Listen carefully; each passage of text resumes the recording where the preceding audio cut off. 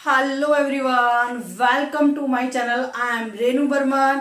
UGC NET की preparation आप सभी की कैसी चल रही है? जैसा कि हम रोज एक नया इंटरेस्टिंग टॉपिक लेके आते हैं और उस टॉपिक को इतना एंड तक इतना डिटेल्ड में हम लोग यहाँ पे उसको कवर अप करते हैं ताकि उससे रिलेटेड कोई भी आपके क्वेश्चंस है या डाउट है आज वो खत्म होने वाले हैं। Let's start.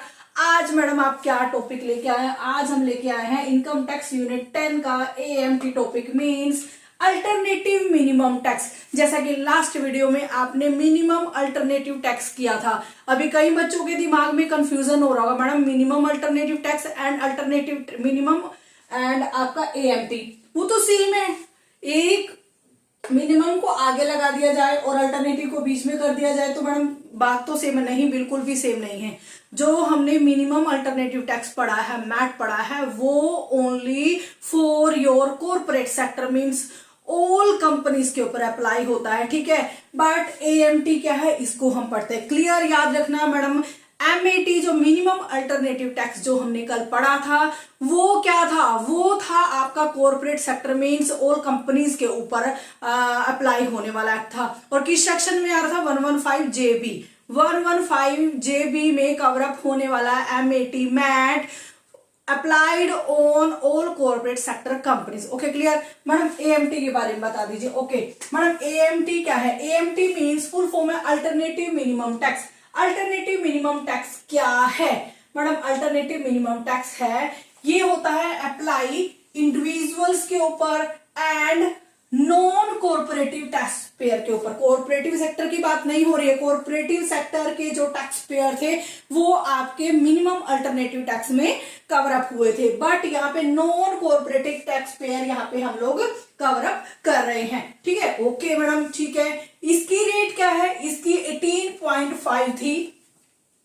18.5% टोटल इनकम के ऊपर। वैसा ही जो टोटल इनकम एक एसएससी की निकाली जाती है कंपनीज की, यहाँ पे हमने टोटल इनकम निकाली थी, एड अप किया था उसमें education and health cess plus surcharge. Okay clear. Madam इसमें भी वही करना है। जो ये 18.5% आपको टैक्स चार्ज यहाँ पे देना है, टैक्स लायबिलिटी आपकी बनती है 18.5 के हिसाब से। कैसे वो चार्ज होगी मैडम? टोटल इनकम होगी इसकी एजुकेशन सेस एंड इसका सरचार्ज एड अप करके जो भी टोटल इनकम आएगा उसके ऊपर 18.5 यहाँ पे चार्ज होगा। ओके क्लियर मैडम ठीक है। आपने बोला कि हर individual and non corporative tax payer के ऊपर अप्लाई होता है, बिल्कुल। मैडम सेक्शन क्या है इसके? उसका सेक्शन था सेक्शन 115 जेबी। क्या था? Section 115 JB. एंड इसका क्या है? Section 115 JC to section 115 JF. Clear madam. वो 115 जेबी था, बी था, और बी के पास सी वाला शुरू हुआ, वो आया है एफ तक, तो वो सेक्शन कवर अप होता है आपका एएमटी के अंदर मींस मिनिमम अल्टरनेटिव आपका अल्टरनेटिव मिनिमम टैक्स के अंदर। ओके क्लियर मैडम ठीक है। आप इंडिविजुअल में बता दीजिए एंड किसकी बात कर मैडम? हम इंडिविजुअल की बात कर रहे हैं and non corporate tax payer. Non corporate tax payer में कौन कौन है? हमारे एचयूएफ हैं एंड हमारे एओपी हैं एंड हमारे बीओआई हैं, ठीक है, बीओआई है एंड आपके आर्टिफिशियल जुडिशियल पर्सन एजेपी हैं जिनकी एडजस्टेड टोटल इनकम एक्सीड करती है 20 lakh. Exceed income 20 lakh.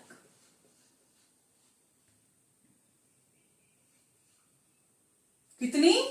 20 lakh. Ma'am ये जो इंडिविजुअल हैं या फिर ये नॉन कॉर्पोरेट टैक्स पेयर्स है जिसमें एयू, एओपी, बीओवाई एंड आपका जुडिशियल पर्सन इसमें आए हैं, ठीक है, आर्टिफिशियल जुडिशियल पर्सन इसमें आए हैं एंड उनकी अगर टोटल इनकम एक्सीड करती है मैडम किससे? अगर टोटल इनकम एक्सीड करती है 20 लाख से तो वो अल्टरनेटिव मिनिमम टैक्स पेयर हो जाते हैं। I hope all doubts are clear. Okay madam अभी बात करिए सेक्शन कवर अप करता है section 115 J C to section 115 J F. Okay madam. Madam इसमें और कौन से पर्सन आते हैं? इसमें हर वो पर्सन आता है जो HUF, AOP, BOI एंड आपका जुडिशियल पर्सन नहीं मैडम। वो कौन है? वो आपके इंडिविजुअल है। मीन्स AMT अप्लाई होता है इंडिविजुअल्स के ऊपर एंड आपके नॉन कॉर्पोरेट टैक्स पेयर के ऊपर। बिल्कुल क्लियर हो गया होगा, इसका रेट आपको क्लियर हो गया होगा एंड कितनी टोटल इनकम के ऊपर लगना है 20 लाख, ये भी आपको क्लियर हो गया है। किस सेक्शन के अंदर कवर अप होता है ये भी आपको समझ में आ गया। ठीक है मैडम, अब ये चीज बता दीजिए, सेक्शन 115JC टू 115JF का आपने सेक्शन बताया है जिसमें आपका AMT कवर अप करता है। मींस अगर ये person individual and non corporative tax pair कोई भी है जिसने डिडक्शंस को क्लेम कर रखा है, मीन जिसने डिडक्शंस का फायदा उठा रखा है, बेनिफिट लिया हुआ है। कौन कौन सी deduction madam? Deduction under section 80H to 80 RRB, section 80H से लेके 80 RRB की अगर डिडक्शन ली है वो भी AMT में आएगा। एंड अगर कोई डिडक्शन उसने ली है सेक्शन 35AD वो भी अल्टरनेटिव मिनिमम टैक्स में ही आएगा। एंड अगर उसने कोई डिडक्शंस ली है सेक्शन 10A वो भी AMT में आएगा। ओके मैडम, जो ये डिडक्शंस आप हमें बता रही हैं कि अगर इंडिविजुअल या फिर नॉन कॉर्पोरेटिव टैक्स पेयर ने अगर इन डिडक्शंस को क्लेम कर रखा है तो भी वो अल्टरनेटिव मिनिमम टैक्स में आएगा। ओके क्लियर मैडम, डिडक्शन जो आपने बताए हैं 80H to 80 RRB, 35AD and 10AA ये क्या है और किससे related deductions individual and non corporate tax payer ने यहाँ पे इनको इसका बेनिफिट उठाया, उसके रिगार्डिंग बात करते हैं। डिडक्शन जो 80H से लेके 80 RRB की डिडक्शन है मैडम, इस डिडक्शन में जो आपका ये पर्सन है इंडिविजुअल या फिर नॉन कॉर्पोरेट टैक्स पेयर, उसने अगर 80H और 80 RRB की डिडक्शन ली है तो ये डिडक्शन उसने किससे रिलेटेड ली थी, इसका टॉपिक क्या था, किसके रिस्पेक्ट में इसको ये मिली थी। ठीक है मैडम, ठीक है आप बता देते हैं। जो डिडक्शन 80H से लेके 80 RRB की डिडक्शन उसको प्रोवाइड कराई गई थी, ये प्रोवाइड कराई गई थी respect of profit and gain of specific industry. अगर कोई profit and gain of specific industry जैसे कि होटल बिजनेस हो गया, स्मॉल स्केल इंडस्ट्रीज हो गया, हाउसिंग प्रोजेक्ट हो गया, एक्सपोर्ट बिजनेस हो गया, इंफ्रास्ट्रक्चर डेवलपमेंट हो गया, अगर इससे रिलेटेड अगर उसने कोई भी डिडक्शन का फायदा उठाया है तो वो भी इस AMT में कवर अप होता है। ओके क्लियर, ठीक है मैडम। बट ये जो ठीक है ओके मैडम, अब डिडक्शन 35AD की बात करते हैं। डिडक्शन 35AD क्या कहती है, अगर कोई कैपिटल एक्सपेंडिचर हुआ है एसेट में, ठीक है, और हर साल उसका डेप्रिसिएशन भी निकाला जाता है तो 100% अगर उसने यहाँ पे डिडक्शन मिली है कैपिटल एक्सपेंडिचर के तौर में और उसका जो स्पेसिफिक बिजनेस है वो कोल्ड चेन फैसिलिटी से रिलेटेड है, फर्टिलाइजर से रिलेटेड है, फर्टिलाइजर प्रोडक्शन से रिलेटेड है, तो उसको 35AD उसने डिडक्शन यहाँ पे ली होगी। एंड डिडक्शन सेक्शन 10AA क्या बोलती है मैडम? 10A बोलती है अगर जो deduction of profit varying from 100% to 50% is provided to special economic zone. अगर 10AA की यहाँ पे डिडक्शन ली गई है वो डिडक्शन किससे रिलेटेड मतलब स्पेशल इकोनॉमिक जोन से रिलेटेड है, और अगर उसका प्रॉफिट यहाँ पे डिडक्शन है प्रॉफिट की डिडक्शन ऑफ प्रॉफिट अगर वो 100% से लेके 50% तक है तो यहाँ पे स्पेशल इकोनॉमिक जोन में अगर उसने यहाँ पे डिडक्शन उठाई है 100% से लेके 50% तक की तो भी वो AMT में कवर अप करता है। ओके मैडम, ठीक है, आपने हमें बताया ये सब कुछ। अब मैं आपको एक चीज और बता देती हूं, जो AMT है ना मैडम, AMT के बारे में आपने बताया है कि AMT अप्लाई होता है नॉन कॉर्पोरेट टैक्स पेयर के ऊपर। ओके मैडम, इसकी जो यहाँ पे मेंशन्ड होती हैं सारी एंट्रीज कहाँ पे, profit and gain of business and profession में। ठीक है, मेन इसका फंडा कहाँ पे सारा काम किया जाता है, इसकी प्रोसेसिंग कहाँ की जाती है, प्रॉफिट और gain of business and profession में की जाती है। ठीक है मैडम, ये एक नॉर्मल टैक्स पेयर ये जब एप्लीकेबल होता है, एएमटी जब एप्लीकेबल होता है अगर नॉर्मल टैक्स पेबल एएमटी से कम है, अगर नॉर्मल टैक्स पेबल एएमटी से कम है तो आपकी एएमटी यहां पे अप्लाई होती है। ठीक है, ओके मैडम। अब एएमटी अप्लाई कहां नहीं होता है मैडम? एएमटी अप्लाई नहीं होता है जहां पे किसी टैक्स पेयर को कंसेशनल टैक्स रिजीम मिली है। कंसेशनल टैक्स रिजीम मिली है सेक्शन 11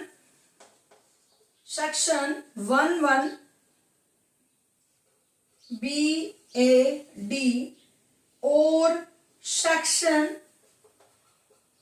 115 BAC के अंडर अगर कोई डिडक्शंस उसको मिले, कोई कंसेशन उसको मिला है तो यहाँ पे एएमटी अप्लाई नहीं होता। ध्यान से देखना बेटा, ये 11 BAD एंड 115 BAC के ऊपर आपका एएमटी अप्लाई नहीं होता है, नॉट एप्लीकेबल है। Okay clear? ओके बच्चों ठीक है। और आपने ये भी बताया एएमटी की जो एग्जम्पशन लिमिट है 20 लाख है। ओके, अभी अभी आपको बताया सारा कुछ। तो अभी मैं एक चीज और बता देती हूँ, ठीक है। जो एग्जम्पशंस की बारे में बात कर रहे हैं ना, ठीक है, एग्जम्पशंस के बारे में बात करते हैं और जो एडजस्टेड टोटल इनकम की बात कर रहे हैं, यहाँ पे एडजस्टेड टोटल इनकम की बात करते हैं। ये टोटल इनकम लिमिटेड लायबिलिटी जो पार्टनरशिप होती है, लिमिटेड लायबिलिटी पार्टनरशिप जो होती है उसके ऊपर and other non cooperative SSC के ऊपर एप्लीकेबल नहीं होता है। ठीक है, एलएलपी पार्टनरशिप फर्म के ऊपर ये एग्जम्पशंस अप्लाई नहीं होती हैं। ठीक है, ओके क्लियर मैडम। आगे थोड़ा सा और इसको डिटेल में कर लेते हैं। ओके मैडम, एएमटी की जो बात कर रहे हैं, अल्टरनेटिव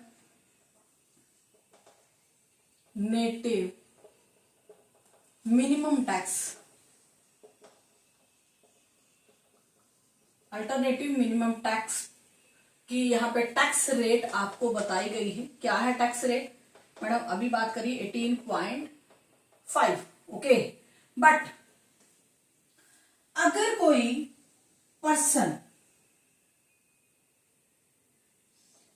पर्सन ठीक है, या तो वो इंडिविजुअल हुआ या नॉन कॉर्पोरेटिव हुआ, ठीक है, उसकी जो यूनिट है मीन्स उसका जो बिजनेस यूनिट है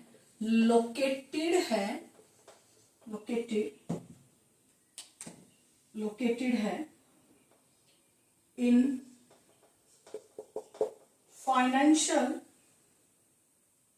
इंटरनेशनल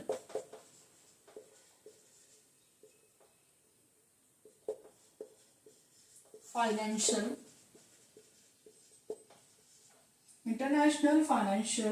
सर्विस सेंटर,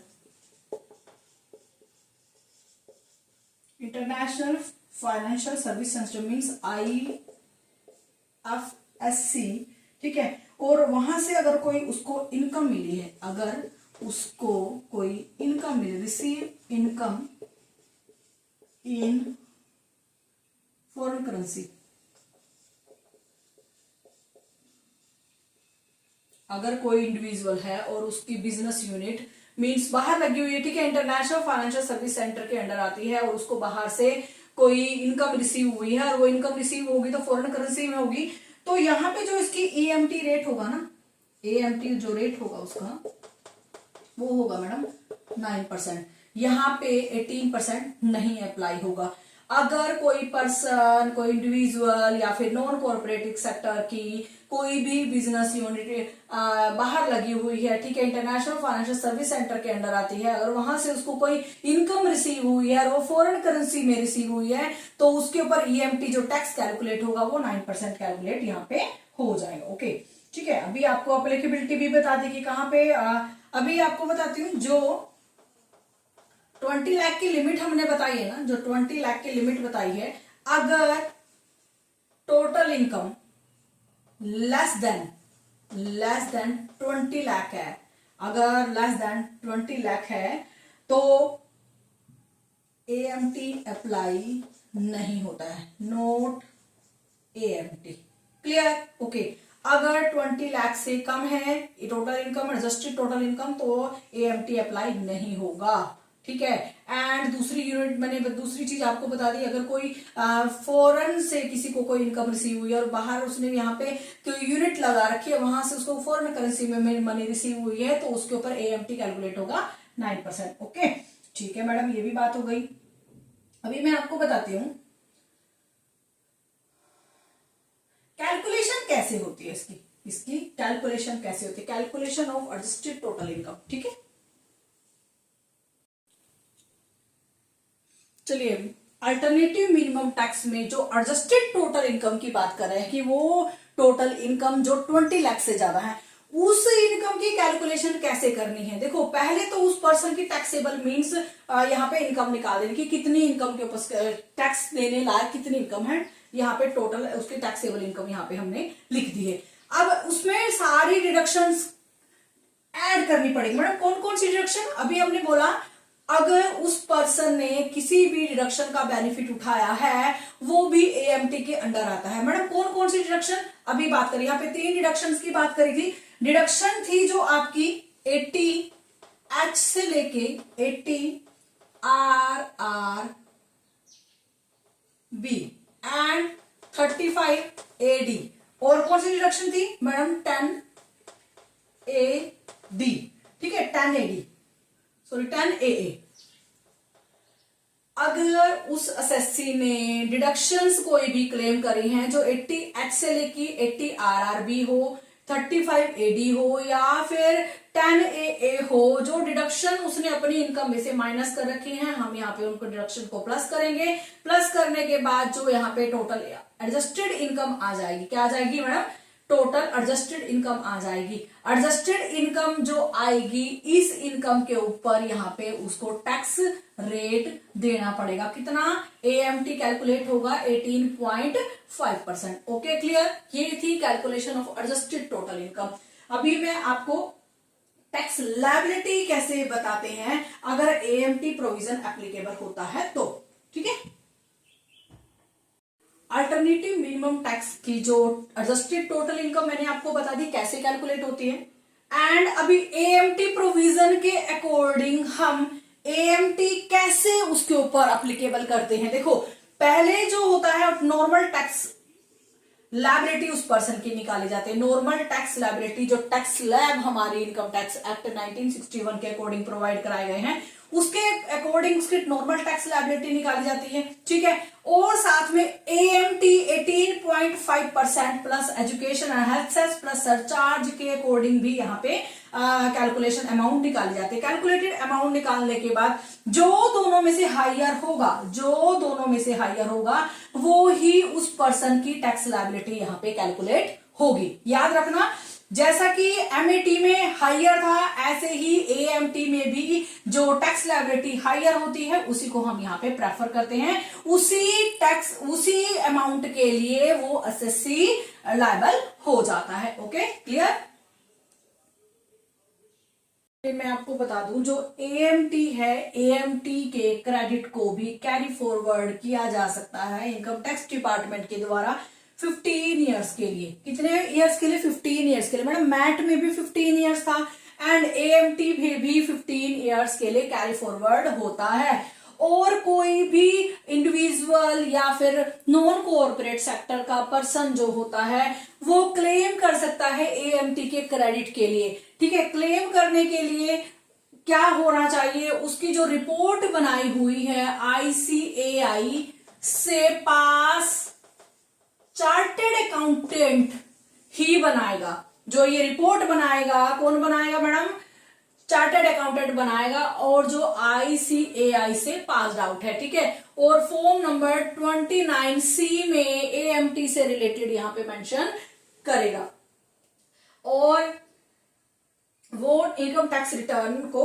फाइल करेगा। ठीक है, ओके मैडम, कैरी फॉरवर्ड का बात समझ में आ गया। और एडजस्टमेंट कैसे होती है AMT की, अगर कोई AMT क्रेडिट बनता है तो income tax department 15 years carry forward उसको करता है। ठीक है, और उससे रिलेटेड कोई क्लेम है, अगर वो असेसी को वापस कर रहा है तो उसके ऊपर उस असेसी को कोई भी इंटरेस्ट यहाँ पे नहीं मिलने वाला है। ठीक है, okay, it's all about alternative minimum tax. Thank you so much. कैसी लगी आपको ये वीडियो? अगर आपको किसी भी टॉपिक से रिलेटेड कोई डाउट है तो प्लीज आप कमेंट में मुझे बता सकते हैं।